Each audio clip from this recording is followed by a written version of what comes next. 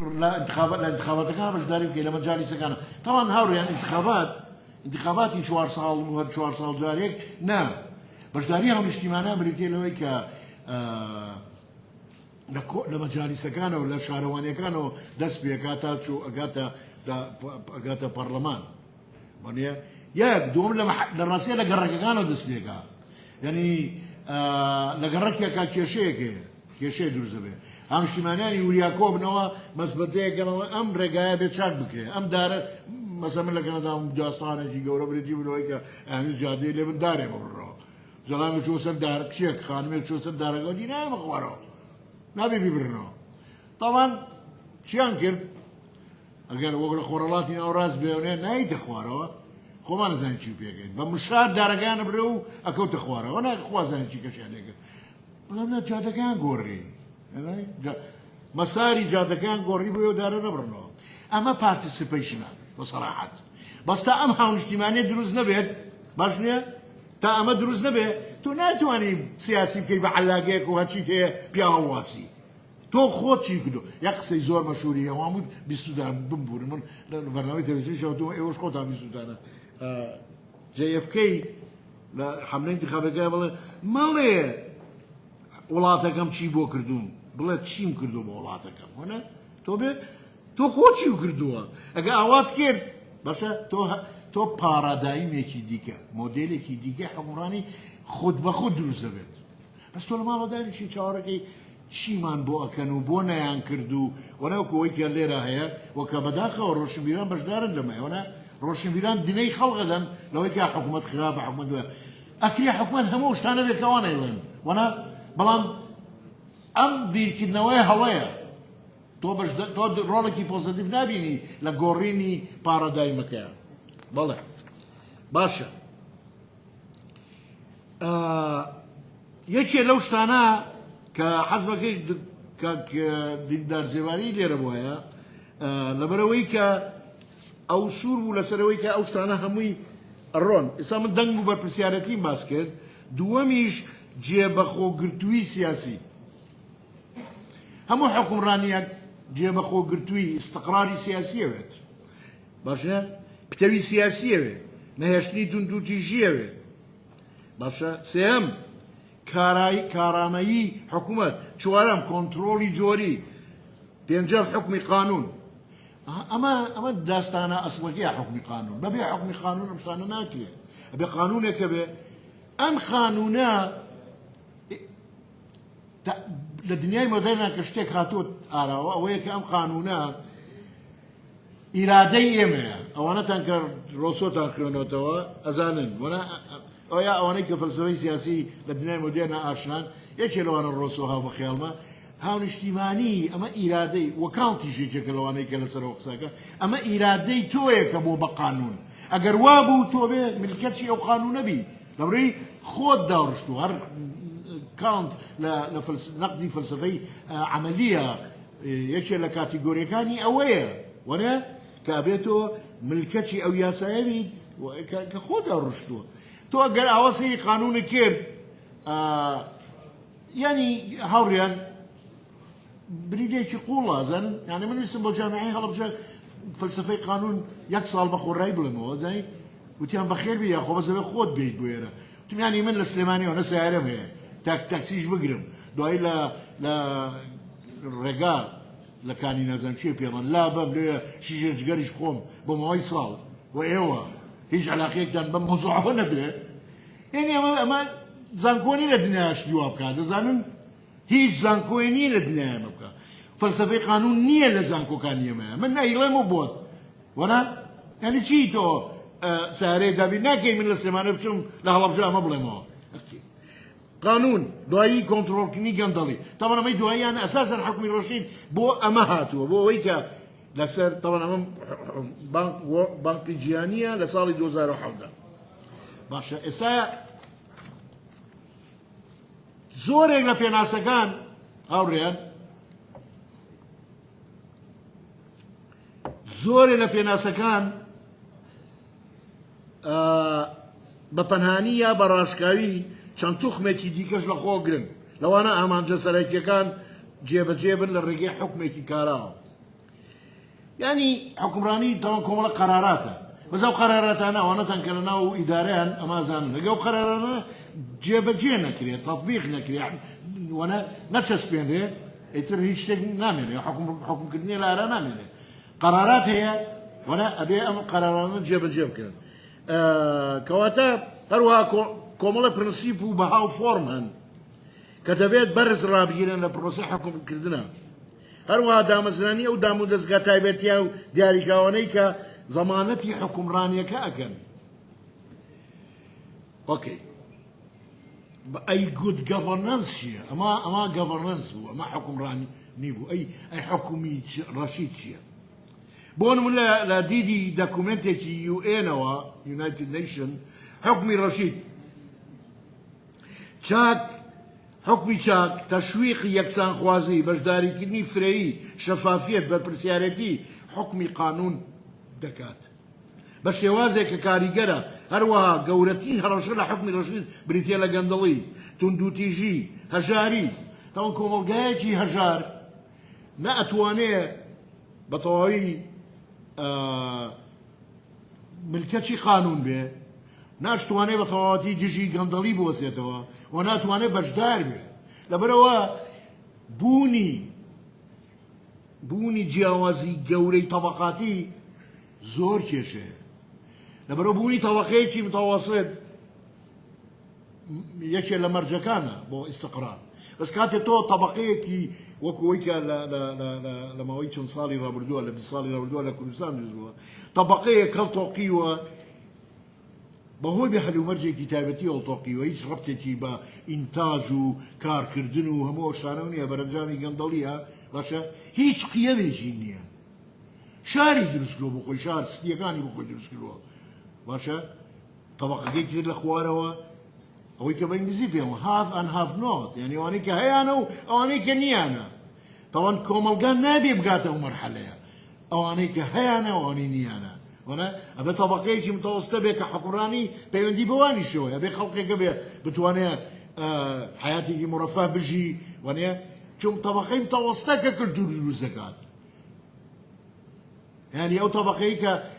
بوشيوي ويكا رواد لسليمانيو الله دعوتي مني كباب اخوين لا اسطنبول وشو قرينه زاني او ناكل تور دول الزكاه وانا نا هيج ناكاوا زانن هيج تيناكاوا اوكي بيونا كجيش كاتا طبقه متوسط جرينيا لمبوزنا نابي كومل جاي كتابه كوملك جماريكي كم هموش تيجانا بيدو هاي ستيف وخوان دروس كان من برنامج تلفزيوني ودم والله برز بيوتم كاك نتيجة قاعد يبغوا ودم بيم خوش بينيوتي ودم استا ام حكمراني امانيك هيانا حتى جادل لي ادن بيسموني بجاده كان ما يبرون هنا بوجادانا نرون بجادي ترارون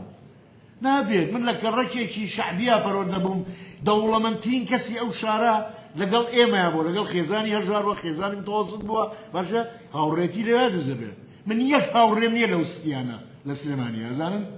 ناتواني هاوريتي دوسكي شوف تو بيلا درقا بيمشي جرس لبي كسي قاتونا اي فاروق يبو بينا ايش ليتك فاروق من اصفا لا فاروق من اصفانيا اما الشيعة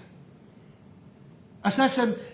ستيغاني كدروس بو جيتو بيري نقاطو من صار لسر جوغاني شقم جيتو دروسك اما بابا عن قصد هلا خو ما جيتو ما خو ما دروس كلوها خلقك ما خصوت انا شو دوري ما قلتوها واش لا اواني تلمان دابريوا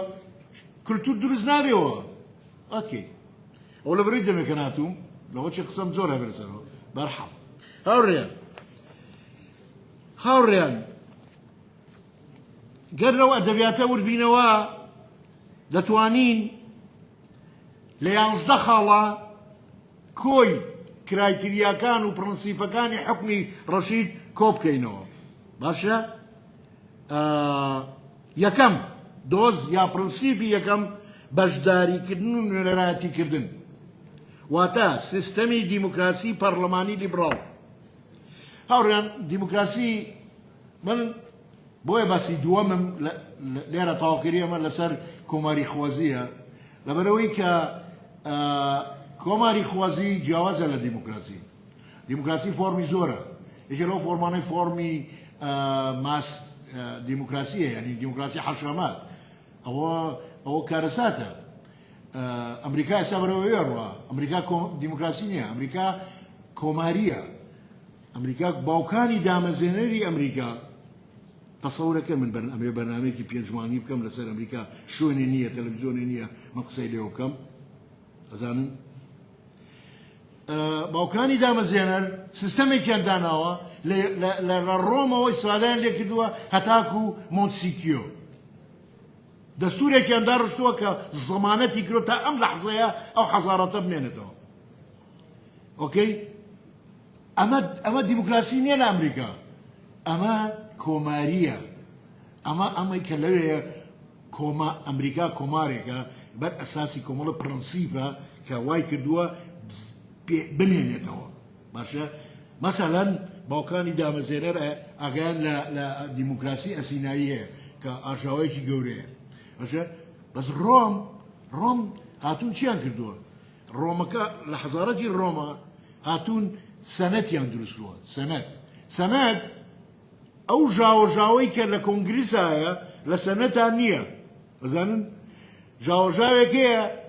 لسنتها كم ترى مثلا سنة أمريكا 100 عضو هر ولايتي 2 عضو هي وهي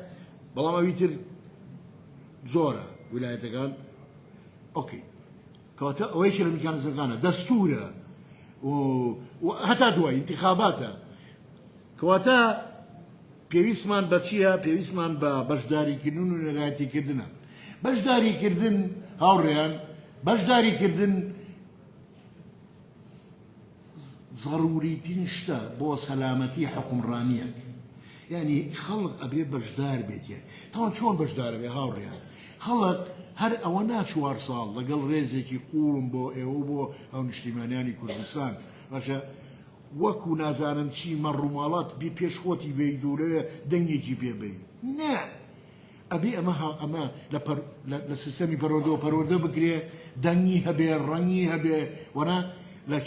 لكاتي جيشان اجتماعنا كي بيستي بيبو كشرب لسري اما دبي شرب و او هلو مجي سالا كردستان هي من تراكا من اجريني زاني يعني من سجاده بوم گنج بوم خب پیشانان ما که خوندیم که این با کردی که خون با عربی خوندیم شو اللي هو مصايب شو الله يخلدني بعربي بقرنا وزاني لا شو لا شعري هلمته قرباني وانا شو اما تشيه ام باشا قردانيه تشيه دروز بوا تو رقي لا حكمراني كردستان ادي بديلك كل شيء بيكا اوكي صرت تشاوم تو قسم بوكا بوي وكو سقراط لبوبينا زاني ادي تو تشيد هي ها تو كتجي ام موديلكي تريد كامير وانيا روما امريكيه هنا ياخو بغايا اما باشا قرداني بغدا حكمراني كليبتوكراسيا حكمراني دزكانا يوزن خويا على مكان الله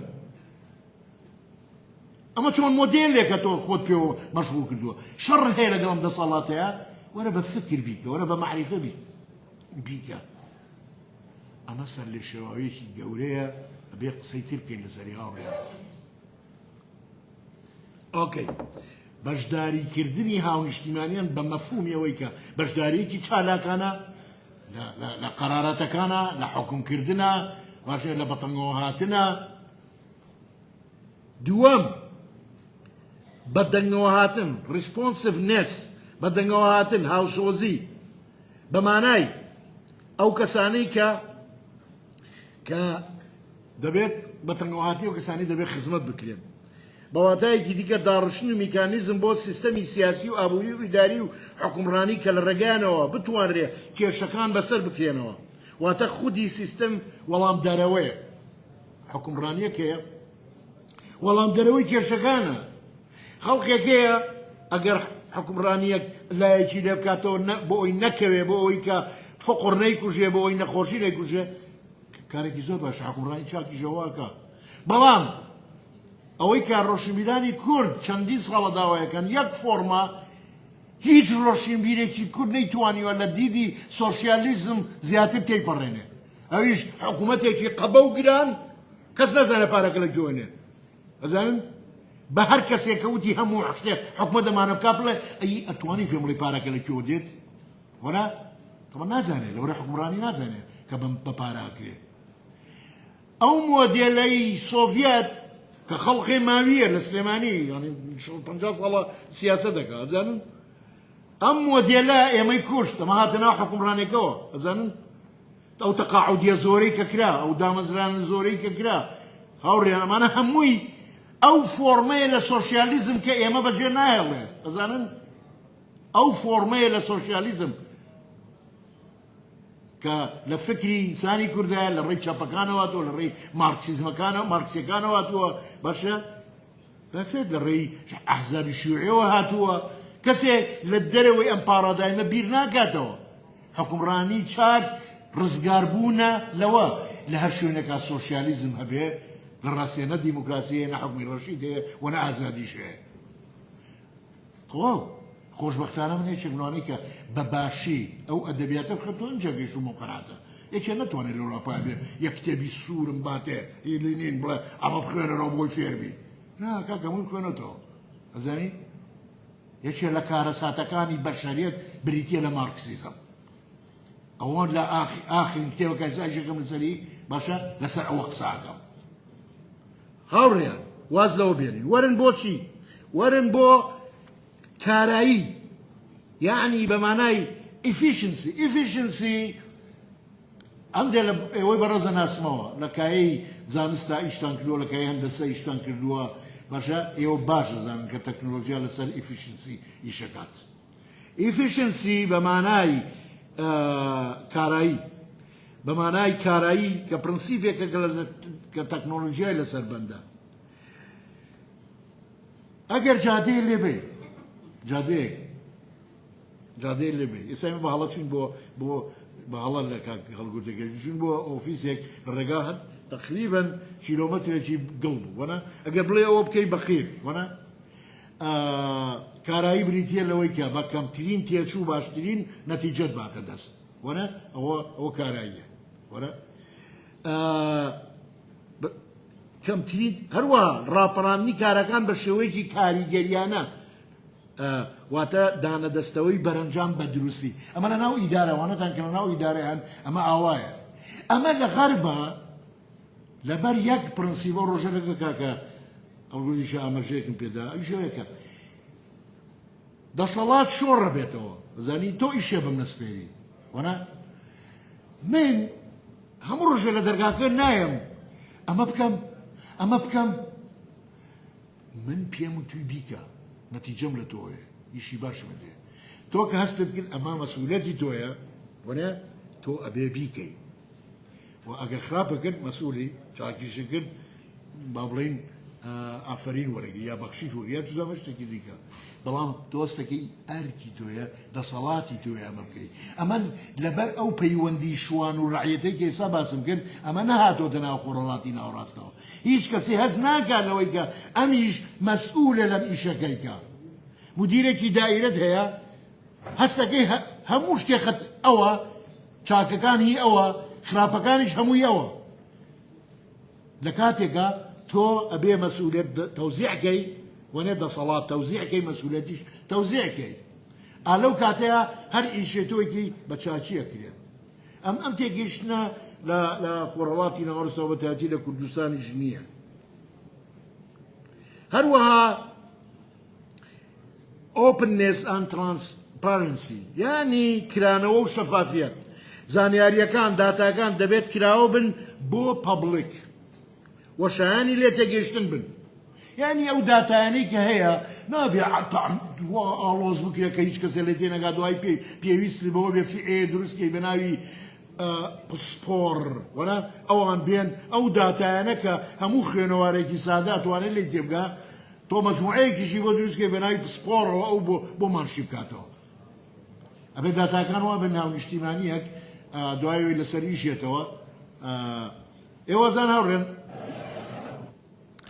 چییە بەڵێ سپاس یەکێ لەو مفەکیرە ئەمریکانەی کە من لەو بەرنامەیە ئەگەر تەلەڤیزۆنێک پیاکەین و بەرنامەکە بکەین كمان معجب بي جوتيار زانن يو دكتوراي لكلاسيكا هي والله جوتيارية زانن باطنية يا لكاليفورنيا زي زي جوتيارة مفكرة فيلسوفة لجامعة درسلت زين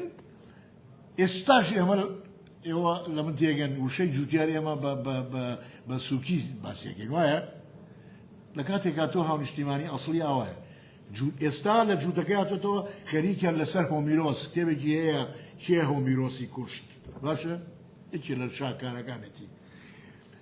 طبعا بقول من أنا بس أمريكا كم لبري أمريكا بومن استا موديل كي جرينغ ويش برنامج السرقم بوي كنروخه كديمقراطة كان طبعا نياز يعني سواري أمريكانا يلا برحب كواتا ترانسبارنسي بريتي لو داتاني كبي خلق ميزانه وقابليتي جيشتن بيت انجا لو خلق جرينتر بريتيا بينجم رول اوف لو يعني حكم قانون طبعا اما لادبياتي كرديه اما قارمانا كان ما نوانن كتجي قانون نزانن يوا الرومانكي كردي هي قارمانكي بس يوا كاتيك او كاتي كقانون داهر بشريات تحطيم بويا مع العلم قانون برنجامي لوتكيت يقرشني مروفا لمدنيات يعني جيتو قانون بريتي بيلوي كتو ازادي لتوزودكا ام تصور بقانون شوربتو بناو زور تصور شي كرداني حسكم زانن اوريان هلا حكمراني لقل عراقي شا كورد نيوسف زور جار كتمردي كيو خلق يا جماعه او جيلي ما جوان مان كيو زاني اما لبروبو ك ايوه دوله بسكا خوي نخير دجي قانون ودجي مدنيه دوستاوتو لبرو دجي او بو كبيبه بسربازو حتى دوي حكمي قانون كرامتي ايما بارزه كرامتي هم اجتماعيه انا بارزه كسر سر مقصناك باشا قانون رخصنك قانون خري وكو سعر كردن بخشيني صفتي قانونية بشتكان كاركان بربملاي قانون رون بريوا إدارة أكين قال الششم كزو قرنها accountability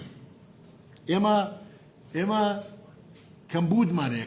كما يسي مانه لما أويش accountability برپرسيارتيا چون جيرباري برپرسيار بون لدى مدزقا حكومية كان لسيكترة تايبة كان لكم القاي مدني ورخرة ومدنية كان أما أنا هموي دبي برپرسيار بن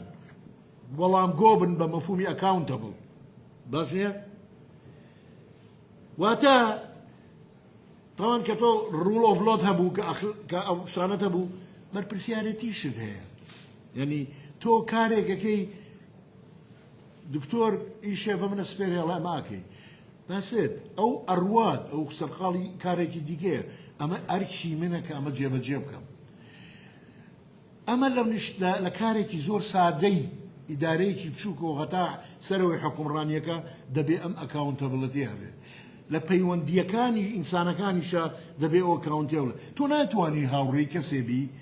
إما الله كردي خومانا وانا ألين هيج برپرسيارتي كينيا زمان يعني ويكا نامسؤولة أرواح يعني كسك نامسؤولة مثلا بيلي شوار وانا شجع بولا وانا ناتواني من رفيقي بيه نوليكي سادة accountability يعني برپرسيارتي اوكي خالي كتير بريتيلا ethical conduct يعني رفتار يا روش يا رسكني آكاري بو هر سيكتره جماري كودي أخلاقي دبيها بن تا أراسي رفتار كان طبعا من عزم كردن من وزيري پروردن بيني دوام لي كرد كدو مادة بخاطة پروردوا وتمهدو جي من كتاب مهي لسري وكوما كيشتكم يجان بيكنوي رخنية يجرا آكار طبعا لراسيا بيسريانا شو طوابو شتكي خلافيشا لبري آكار بي لقطاب خانة بخير بيكنوي رخنية جبي لقطاب خانة بخير لاشنيا وبدري يتدزوا ما مساهنة شي كايزان وانا نقوي كايما خبات ما نكيد لا عراقة كفلسفة بيتا عدادية ودعي هاتين دعي من بيصال كذا كذا ترجع كم خرابتين مادة فلسفة كده انه شوني الرياضي جاراني معناته ورزش كات جبال الوجه خون ورزش كات برحال أمانة وكيشانن كنبوني أخلاق بنبون سكوا كده لكايكاني ناو سيكتركانا لناو فضاي قشتيا يكشي شيء زور قوري هاوري كشيء زور قوري أساسا من كيفك ما يتشاف منك رسالة أخلاق كتابك يتري كسر شوتي أساسا الناس أنا بس تشيكا باشه داست يتري ما كتابك ما نيل رسالة أخلاق شون نتويجي نما وانا انجيهم بابا تقرينا كجاران لبشي فلسفة أخير أخلاق يصير خوي بشا زين خوي بشا بش بو نبروي بوي آلوزي جياني مودرنوا وبربلاو بو كبيريسي بويا همو كايكان سيكتركان أخلاق كود اوف كوندكتي خوانا بيت انجي اما كتاب ماني لسر أخلاق طبعا ببورن هربرو مالا سيدي سوشيال ميديا وكتو زاني كا آستي أخلاقية وخلقة لتشوع لو زيتنا الله لو ريها متى إنساني تيجشتو روشبين وزانن كا يمل لتشو ورطيك عارشين يستا باشا هشتان competence and capacity يعني توانست جدارة وتواناي توانستي قلت نخوي وزا يا هيز بو سيكتر كان تاك كان دامو دزقا كان حكومينا حكومية كان أماش بو خوي طبعا أم كرايتيريا أنا هاوري عن قصي زور هلا قريه وهر داني تي بو خوي هر كسي جد بيبري لسري تي لما نعلم سير يعني بو خوي لخويا بس من روا ما بس نبوكا دزني وي برا سنشتان بو راب كشم دوائية مثلا قفت قوي كيترو أجابيش من الراس نقدر من تا ورق ساكا مثلا بروا بير شنو كلام كده مثلا بله innovation and openness to change يعني نخوازيو كرانو بو غورانكاري طبعا لو كساني كداخراون كخواني دوغمان كخواني عقلتك داخراون وقد كراونين بو غورانكاري خلونا كان او هيش بيندك بحقراني شاكونيه حقراني شاك لقل غورانكاري كان جيانا ولقل تطرو لقل بيشكوتنا كان زانسا امي جاغوري تبري بينيتان لا فيشو عرضيه وي برسم كرت او كاني كبينديه بحقرانيو لبروا ابيك آمادهی کرانوت آمادهی او تیابه کن بگورین باشه طبعا گورین بوی نبی بوی هر یکی بله بو گورینش کامل ریوشوینی تایبتی خوی هیا گفتگوی خوی هیا باش نیا انجا بر اساسی ارگومنت ورسندی کامل حجی تایبتی خوی دی که الو مرجع كجابا بونبس بيسي بقران هي ونيا اوش ثاني كلا لا لولاتي كايما بيولكين راوا بيرزاني بيولكين دوا شيء عجيب وغريب الرودات وانا لايران العراق الراسيه سري بتاعتي عراق سريناو بكملش زور بمعناه كان شونك زور تلسناك سردرينه وعربا كانش يملك اخوانا ابدا زاني رنادا لما بقومان جانا جيتر ما نهبه ورو يملك اخوانا ما نهبه وبشي لكرد بشي سياسي خوكي شيء يسكر بوكا بحبو شوازك يملك اخوانا برين جوانا سنبو جهنم يج مشكله نيه بلا عربي شاورش وشي بو جهنم يملك شي بو جهنم اما عقلتي كمال خلق على راس هاوريان غوران كاري بمفهومي اوي كاتو ايدياي نوي ديت باش ميثودي نوي برهميانان ديت تو دبيت لقل امانه خود غوري تو اقتصادي مثلا معمل كده معمل امام مردواني انوفيشن يعني داهران ديالك داسكاي كي تازغري ديالك هنا هاتي كزاني اقتصاد تو بجيمه جياني جواي وانا جياني جو شويه خالي دايم ما فكاني مروف وبيكونساني كومالايتي يعني سوشيال كوهيجن هاوريان ما فكاني مروف طبعا ما يشك لواني كقصي زور لسكر باشتري كلاواني ترى بلام دبيت لما فكان بيداغري بكي لسر بنرتين ماف دو جاري بيداغري لسر شوار نوي ما فكاني مروف نوي ما فكاني مروف من بحثك ما دوسێ بەحسم هەیە ئێستا کتێبێکی تازە شمە لەوێشا هەیە بەناوی ئەندێک زەڵم 5 نەوەیە جیل یعنی نەوە 5 نەوە هەیە ئیمافەکانی مرۆڤ دەڵم من بە شخصی خۆم باوەڕم بە چواری هەیە یعنی ئەوەی دواییان مافی ناجوایە نەچی ناتوانسەڵ کۆمەڵە مافی تر هاتۆتە ئاراوە لەنەوەی پێنجەم هەیە من شخصی خۆم ئینم نییە حماسم بۆی نییە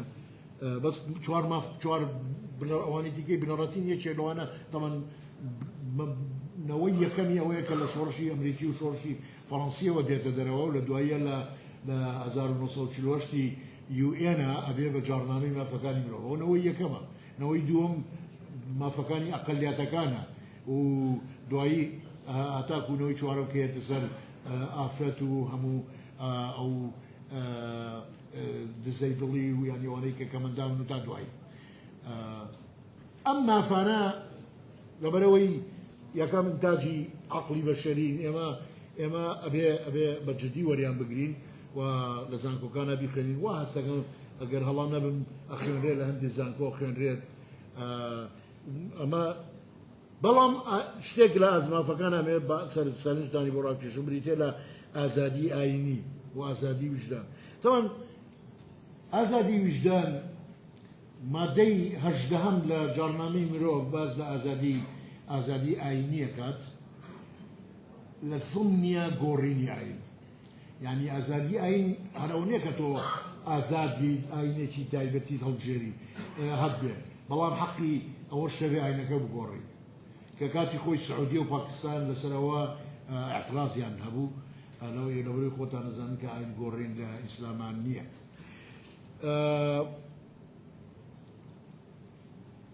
بەڵام گۆڕینی لەگەڵیدا گونجاوی کۆمەڵایەتی هەروە فراهەمکردنی زەمینەیە کە بۆ پێکەوە ژیان لە دەرەوەی ئیجحاف و کەڵکەڵە ترسناکەکانی وەکو ڕەگەزپەرستی و ئەنتیسیمیتیزم و هەتا دوایی کە ئێستا ئەنتیسیمیتیزم لە جیهانە واتە ئەنتیسیمیتیزم دژایەتیگەی جوو لە جارێکی دیکە بە تۆخی سەری هەڵاوەتەوە کە من متابعی ئەمریکاکەم یانزەهەم ئیدارەکردنێکی تەندروستانەی دارایی کە ئەمە زۆر گرنگەوەوانەی کە لە حکومڕانیان بەلە بەرچاوگرنی میکانیزمەکانی چاودێریکردن و گرتنەبەری میکانیزمەکانی ڕێگەگرتن لە گەندەڵی زۆربەی ئەو گەندەڵیانە تاوان خۆتان نەزانن لە ئیناکێت لەناو کاروباری مالی و ئەو شتانە هەکرێت ئێستا لەگەڵەوە هاوڕێنە نامانە خواردن گەندەڵێکم بۆ باسکردن حەزەکەم بۆ یۆشی باسکەم ئەویشەوە سێ مهندی زەڕۆن یادی سلێمانی بکەنەوە ئەڵێن جادەکەمە بۆ تەرخان دیاری بکەن کە میزاڵانەکانی پێ بکەن ئەو چوونە تاکو ڕۆشتن لە شارەوانێ تاکو حەسیب ساڵح وەسفەیان کردووە دوای گویان یۆڕۆ نانێ خوارەوە 976 جگەر و کەبابیان خواردووە سێکەسەکە 560 شایان خواردووە وەسڵە من وەسڵەکەم بینیوە جەماعەت زانن اوكي والله طبعا حتى لمالي الشيخش يعني لقرمتين مالي الشيخ لك هذه التكيك هي رشقي ايراني كانش او نزقن نخنا زين برحب اوريان ام كايا ايوا خلقي شي لسر كردوا استا اما ناس نواني حكمراني من بشك هي ك میکانیزمەکانی چۆن ئێمە بەرەو ئەم حکومڕانێ بڕۆین لەبەرەوەی ماوەی کە من قساکەم و ئێوەی بەڕێزیش هەموومان دوو بوون من هەستەکەم لێرە ڕایەگرم بە چەند سەرنجێ یەکەمیان ئێمە ئەمانەوێت حکومڕانی چاک دروستکەین ئەبێ ئیستقلالی سیاسیمان هەبێ ئەبێ ئازادیمان هەبێ ئەبێ پارتیسیپیشنی هاونیشتیمانیانمان هەبێ ئەبێ گەندەڵی ئەوە بکەین و ئەمە نەڵێن ئەم کارانەی خوارەوە بە مەزبەتەیەک بین بە ڕئیسی حکوومەت بڕێن ئەمانەمان بۆ بکە خۆمان بیکەین ئێمە بەشدار بیتیان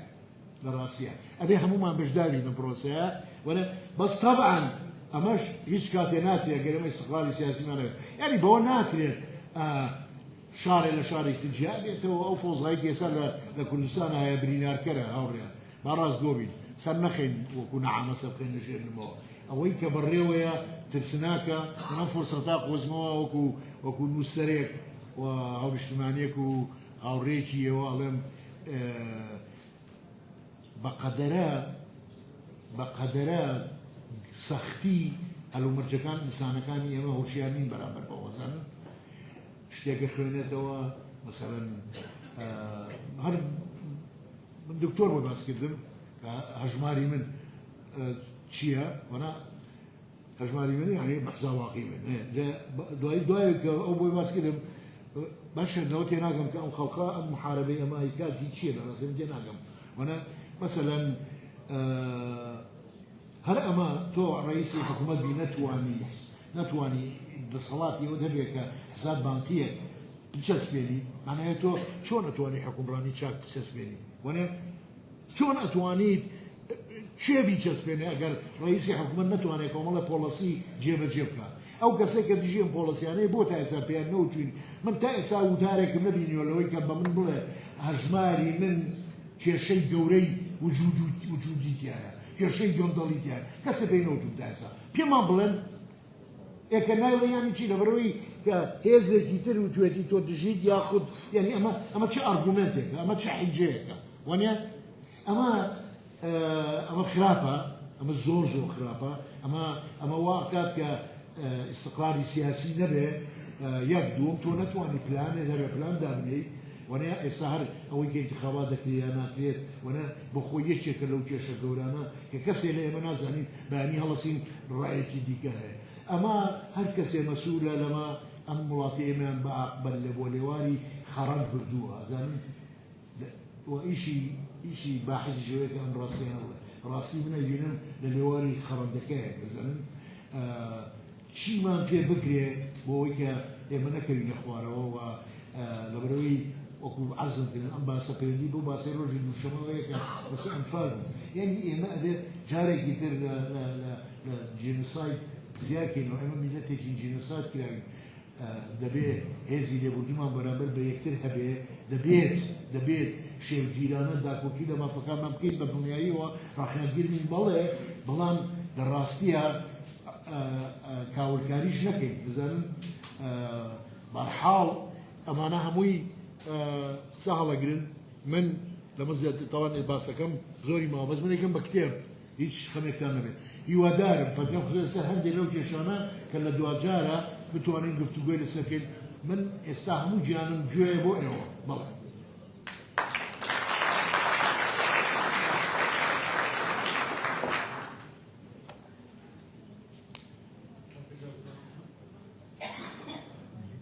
تواني من خو تواني داري كما قلت عزيز نكشي وزير منه خو داري عرف زور بأساي فرو عزيزم بس ناوي خوت من بيبل يبوي من بلا كاك عثمان عثمان دخونا بابا تشيكرين حساس وسردبي بلا لواقع تردبي أما دتواني لنوان إنما كان يكون رشيد وحوكماء يعني corporate government يعني government good government بلا شهاني أنا بجاني لو باشا كلمني بعرف كان يكدو أستي روشنبيري يعني مثلا أستي روشنبيري تاكتانا كاريجري زيادة لسر زي بزي كلمني حكمي رشيد ياتيني وسط أو تيني باسا كينامي لا دسياسة تيمي على ولانا قديمة كان كمان دبي بلا إيطاني أجر ما إيش خسا تاك روشنبيري تاكتان بكي ذكرين قربوي أو تيني بكي نوكا قرب نمانو سيستي دوا كان سيمباسي هجماري من الكل هو نمونبو زي إيطانيا بتقسيم منزورة يعني لما تواني بيشي زميلة سازي لما بابك هجماري من بكي قال شو بس يعني هذا سياسي نكى بازرگانی پیونه که مثلا رو سیاسی یعنی وزارت سیاسی پیونه که دبای اما پیشتر بابت هجماری می لبر ولی هانی خلقش زور لبابت هجماری می تنه گیشت و بلاره دابلدن که باز کدن سیندره فلان کدن سیندره وقتی دکه اصول کو هات و بره اون دفعه دوران خلق استرس یو درد دبای اما پیش وقتا برنامه سازی چی تماما کرده بود تا بابت هجماری من ببین مناقشه زي خوی دگه لعنتو وتطبيق الذكاء حسن لو باشو دوا طبعا اگر تبقي بابك هجمالي من سيا فهناك كاس يعني رخنيها من السواب اللي بريو ولادا ايران سيراني ما توشيا زيناني ما يعني هو شكلي دروا هو سيستم دروا ولا ثاني درين نار يعني دون نار لا ولا زيناني كان اگر هو ثقافتها او بابتها كما كان واخواني شاك ما تدوا بيتوا ابو فوزاي مستقبل وجه فاصل كاسمان فالا ويدو اخيرا من براستي لد ناشر موا هیچ مهتم نبوم باش من موظف نیم نزنی موظف نبوم و نزنم موضوع عادیه لدیداره که دکتوره او باسی اوی کد که خلا نزنه بانک چیه و نزنی من اول ساعت تگیشتم جا من زورش نه اقسانی پیمو تیکن مو لسوشال مدیا نه ها اوقف دوگانه شکن مو لراسيا كمولا كاري فكي خومكم لبروا شوق بوم لوي كخلق رفزي اماكا بس اساتو سرنج بوشتي زو جرين راكشا جويك اما اگر ورده كاري بكراي برامبريا بر اساسي برنامجي ورتر كراي رنبو توشي او نبي بلان من هيك داريك نقصكي بالرزنيه كان رنga او بالرز دي وابه هلا سو تفاهم يا برامبري او هيك بلان خلقي شيء لو شاروات تيايا أطفال صحيح زاني الشوية كا لأن بوش تقول زاني وبتابتي فوق الاستقامة يعني كسي كي السليمانية ريزك دروس كنتوها كسي كي فوق الاستقامة الراسية أو قدام برسيبتياتو قبل خلطو تفاور مكتبتيا هو أحكم راني بالروح أحكم راني بيني كيف مش ناخذ أوه أزال جربوي شرحتي هرجمالي من شيء هل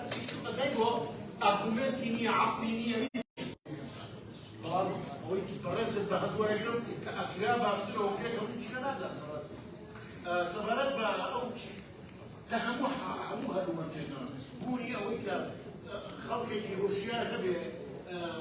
وشوية هو بيده أو وصل طبعا قرآن يشيل شوية طبعا شو قرآن ده طبعا طبعا كنت مستوى يعني يقول أو على القيادة طبعا هيك بيجي زور بيني طبعا ما بيش عن جاني لرجلي قومه بوليسي سياسي وسياسي أبويو هذه إيش طبعا طبعا خلاص